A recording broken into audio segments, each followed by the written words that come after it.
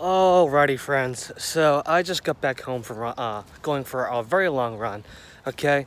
And by a very, very, very long run, I mean only a mile and a half because it felt like forever, okay? It took me a long time to just go a mile and a half, okay? Usually, for quite a while, I've been really good about running, really trying to keep up with it, especially before I took my trip to Spain. It's definitely one of my top priorities. Like, hey, look, since we're gonna be walking a ton, a matter of like 5 or 6 days, let's go above and beyond the claim to fame. All right, so that's what I did. I ran a ton. I was making some great times, like really great times, times that I really haven't made since high school, essentially, when I ran cross country in high school and in middle school too. So I was like super ecstatic about that, right? I was so happy about it, and it was definitely something not to put down, right? It was something that I definitely needed to keep praising myself for, because running is an accomplishment in itself, okay, or any kind of physical activity. It's always fun too, seeing how you progress over like a period of time, right? Seeing how you grow and seeing how you improve, get better, and so on and so forth. So it was great. And then after my trip to Spain, I kind of let it go and stopped for a while. And then, I was one of those things where my running scenario was kind of on and off. Every once in a while I was good, and then I stopped, and I went back again, and I stopped.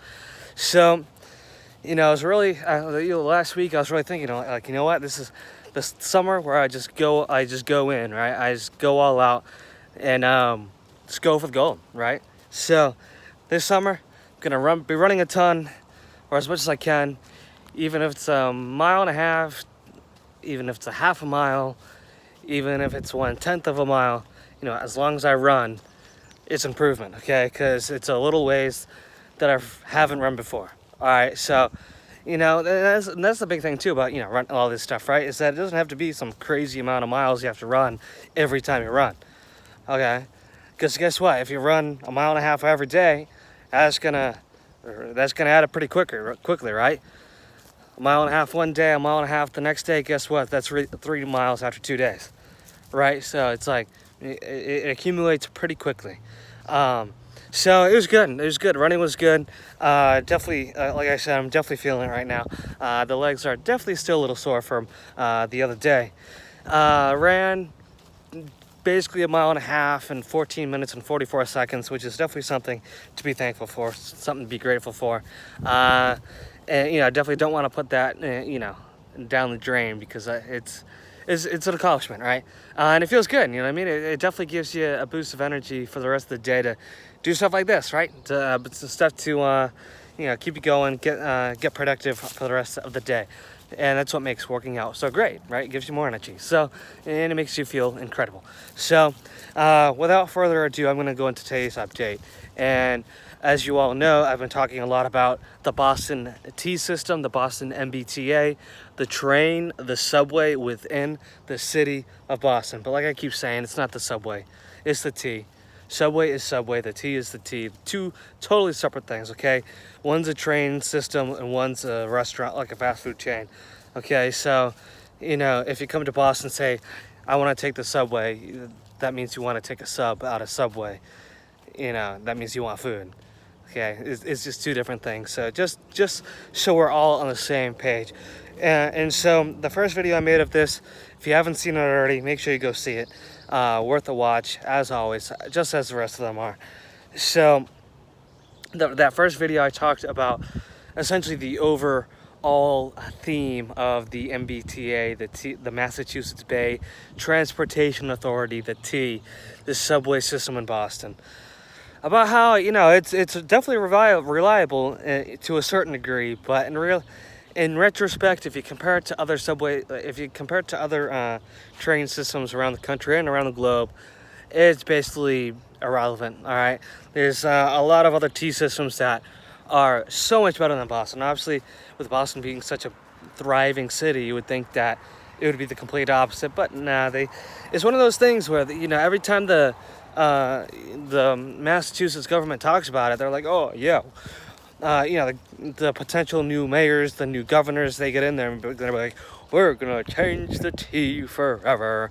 We're gonna make sure that it is the nicest thing ever, and it's gonna be super reliable from now on. And yeah, they get there, they say that, and it's just like, no, like I know you're not. Okay, for the last like 30 years, all these politicians have gone into office preaching that they're gonna forever change the T in Boston. And it's never gonna be the same. It's gonna be the greatest thing ever. It's gonna be the greatest thing that they change. And guess what? As soon as they get into office, they shove that idea down the drain, okay? And it never comes up again. And guess what? Not only do they forget the idea completely, but the T just so happens to get worse and worse as they're in office. And so this video edition of the T, the MBTA, the Bostonian subway, is about the red line, okay? So I've taken the red line quite a few times because, again, it's one of those lines where I can connect right onto it from the green line. Oh, the infamous green line. Don't get me going about that again. Okay, and if you haven't seen that video yet, I mean, come on, you're just flat out behind at this point. So might as well, just stop this video and catch up already. Come on. And so the red line, is one of those trains that you can connect from the green line, because obviously all these subways, all these T stations are intertwined with each other, so that way you can connect onto the trains whenever you need to. So the station where I can go from the green line to the red line is called Park Street, okay? Another one of those stations that's not really that great looking at all. It's pretty trashy. It looks like you're in who knows where, right? It's just, it looks like when they built it, they just kind of put it there and intended on never doing anything with it whatsoever ever again, okay? So the station is trashy, it's smelly, it doesn't look good at all. As soon as you walk into the station, you immediately want to leave. It's scary, okay? I find myself running to the next train, okay? Because I just don't want to be in there. It scares the heck out of me. So I make sure that as soon as I get out the green line, okay, it is a tiny bit of a walk. It's a little bit of a maze to try to get through that Park Street station because there's so many stairwells that essentially lead to nowhere, okay? And as soon as you go down them, you that's when you figure out, oh, wait, look, I'm actually going the wrong way, or I just went down a stairwell that led me to a dead end. And therefore, you have to go back up the stairs, and you have to basically go across the entire building again just to find that one stairwell that you actually need to use. So once you get to the Park Street Red Line station, okay, this particular station definitely widens.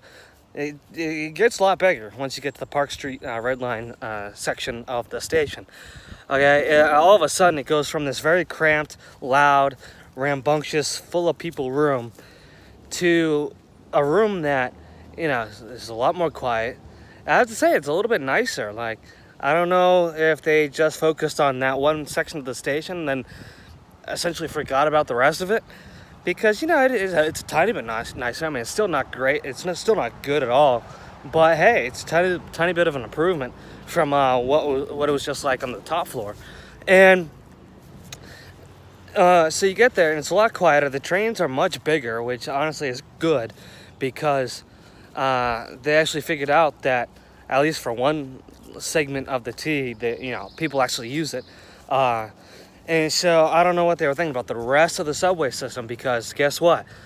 All the rest of the trains on the rest of the lines are as tiny as can be. And, I'm not going to get going on that, okay? That's a separate discussion for another time that I'm not going to make right now, because we have to stay on track, literally and figuratively. So the Red Line, some of the most prominent places that it goes to is MGH, which, for those of you who aren't from the Massachusetts area, it's the Massachusetts General Hospital, which is one of the top hospitals in the state of Massachusetts, because Boston is known to be an incredible city to get, medical treatment and medical help, because they have some of the best medical masterminds in the world. Okay, and I'm not joking by that. Like, if you want to become a medical professional, like, the top-notch city to go to is Boston. Like, don't get me wrong on that. Like, no, seriously, look it up. Okay, Boston is incredible when it comes to the medical side of things, the hospital side of things, the medical research side of things. So Boston is a medical hotspot. Okay, and especially with that in the technology industry as well. So once you have the medical and the technology side of things, it's just absolutely incredible. Okay, because obviously nowadays those two industries definitely go together very, very well. So if you ever want to move to Boston, just move to Boston, because we got sports, we got medical, we got technology. Okay, so we have everything. Okay, everything in a city, and it's smaller than New York City. So why the heck would you move to New York City when we've literally got a heck of a lot more than they do? Okay, so the red line goes to MGH, and another major area where the red line goes to is Harvard. Right, they have a Harvard Square stop, and that's where I usually go because one of my favorite restaurants is in Harvard Square, and I think it's a great area. Harvard Square is a beautiful little area in the Boston area. Okay, obviously got Harvard University right there, and you've got a whole bunch of neat little stores, restaurants, little nooks and crannies, places to go visit. They have a public park. I mean, it's just awesome. It's a very neat section of the city, and they got a huge T station right there. Again, it's absolutely ginormous, but again, it's one of those things where they just built it just to build it, and they forgot completely about it. Like, they just built it just to do it, just to get it done, and it's very clear that a lot of the work that they did on the T, who knows how many years ago, just built it and just wanted to forget about it. It was clear that they never wanted to work on it ever again. It's extremely frustrating. I do not understand whatsoever why they're doing that, and it's just pointless. Okay, the MBTA organization is literally just a joke. Like, it's something for Massachusetts to look at and be like, hey, they're irrelevant. They don't even exist. They're funny. Yeah, so that's basically what the MBTA is, and clearly nobody's doing their jobs in that organization, because even the red line, it's had some issues in the past with delays, improper snow removal, and derailing. Okay, which is essentially the story for every single line on the MBTA T system. And honestly, with that being said, I don't really need to go any further than that. Okay, that's essentially just pretty explanatory that nobody in that whole organization is working, basically. And if they are, they're just sitting in their cubicle eating Cheetos or cheese pops or ice cream pops or ice cream or Big Macs or something. All right, and it's unfortunate because a ton of people, including myself, relies on that subway system, and yet I'm essentially they're essentially telling me that I have to put my life into jeopardy because I just want to take the T from one spot to another. Yeah, I want to put my life at risk because I want to take the T from Newton, Massachusetts, which is a suburb of Boston, to Fenway Park to get to a Red Sox game. And especially if I bring somebody with me, if I bring a friend with me to watch the Red Sox game, you tell me I don't have to put my life at risk, but I have to put their life at risk as well. And a train full of like hundreds of other people who are doing the same exact thing that I am. It's like, come on, seriously? Like, I'm not doing that ever again. Okay, and this is one of the reasons why I want to do this video, is because I want to get attention brought to it. I want to make change on that. And I also want to get a little bit more money so I can actually afford the parking at Fenway Park, which is like essentially $60 to park at a game for a couple of hours. It's like, come on. And that's another joke in itself. Like, you gotta be kidding me. I'm not gonna pay $60 to park my car and then deal with the pedestrians and having to wait like 10 hours just to get the heck out of there and get myself back home. Okay? It's already late enough. Whenever I go to a 7 o'clock game at like 7 o'clock at night, I don't get home till like, maybe 1:30. You know what I mean? So it's just like, I'm not waiting around in Boston just to get home. When I want to go home when I want to. So just let me do what I want to do. So that's my update for the red line. Okay, the special red line that goes to MGH and Harvard Square. It's fun. It's great. You know, you never know what you're gonna get on the T. It's always some special gift, no matter where you go, no matter what you do on the T. So if you're ever in Boston, you take the T, have fun, have a great time. I would love to know how it goes for you. But this is where I will conclude this video. So until I see y'all next, stay happy, stay healthy, stay safe. Thank you to our frontline workers. You're the real heroes. And just give me some time while I go and douse myself in water, and I am gonna go take a much needed rest, especially for my knees. Okay, so I will see you all soon.